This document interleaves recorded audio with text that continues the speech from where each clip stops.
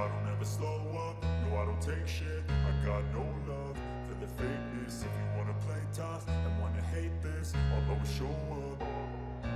I don't ever slow up, no I don't take shit. I got no love for the fakeness. If you wanna play tough and wanna hate this, I'll always show up and make a statement. I don't ever slow up, no I don't take shit. I got no love for the fakeness. If you wanna play tough and wanna hate this, I'll always show up and make a statement. Everything.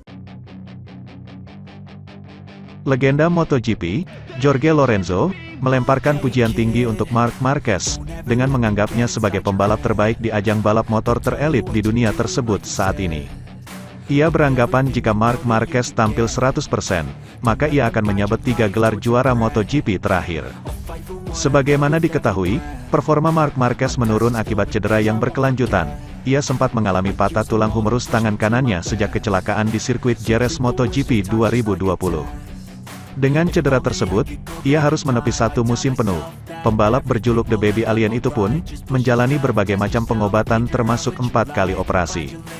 Operasi terakhir dan terbesarnya terjadi di pertengahan musim 2022 lalu. Marquez pun akhirnya kembali mengaspal dalam beberapa seri terakhir di MotoGP 2022, namun ia masih belum menemukan performa terbaiknya. Dengan mengalami serangkaian masalah itu, Marquez tak mampu bersaing dalam perebutan gelar juara. Alhasil, 3 gelar juara MotoGP terakhir pun didapati 3 pembalap berbeda yakni Joan Mir, 2020, Fabio Quartararo, 2021, dan Francesco Bagnaia, 2022. Kendati demikian, Jorge Lorenzo tetap menganggap Marc Marquez sebagai pembalap terbaik di lintasan. Menurutnya, ketiga peraih juara dunia terakhir MotoGP bukanlah rider terbaik saat ini. Untuk saya, mereka, Mir, Quartararo, dan Bagnaia, bukan pembalap terbaik, tutur Jorge Lorenzo dikutip via Tutto Motori Web, Senin, tanggal 5 Desember tahun 2022. Saat ini, Marc Marquez tetap yang terbaik. Absennya dia membuat semua menjadi lebih mudah. Jika Marquez mengeluarkan 100% performanya, mereka tak akan mampu merebut gelar tersebut, lanjutnya. Saya tidak tahu apakah Marquez akan merebut ketiga gelar itu.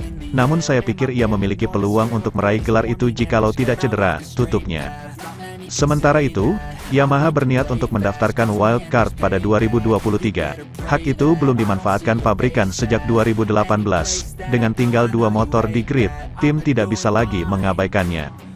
Setelah tim satelit RNF pergi, Yamaha tahu bahwa penting baginya untuk memanfaatkan hak untuk memasukkan wildcard musim depan.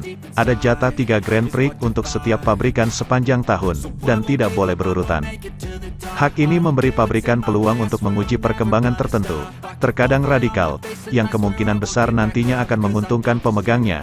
Itu memungkinkannya menyimpan data berkat partisipasi mesin tambahan dalam program berjalan identik dengan pembalap reguler.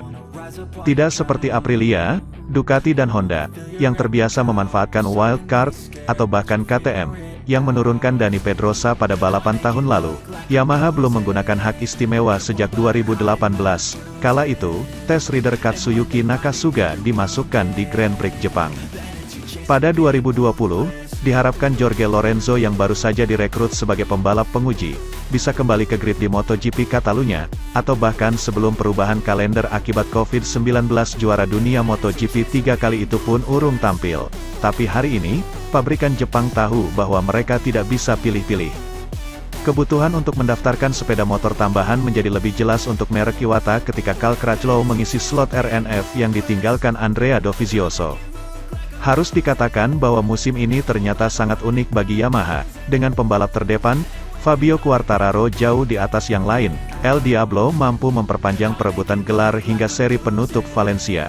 Dovizioso, yang paling berpengalaman dalam garasi mereka, dengan cepat mengakui kekalahan, seperti halnya Franco Morbidelli, rekan setim Quartararo dan pernah jadi runner-up 2 tahun lalu.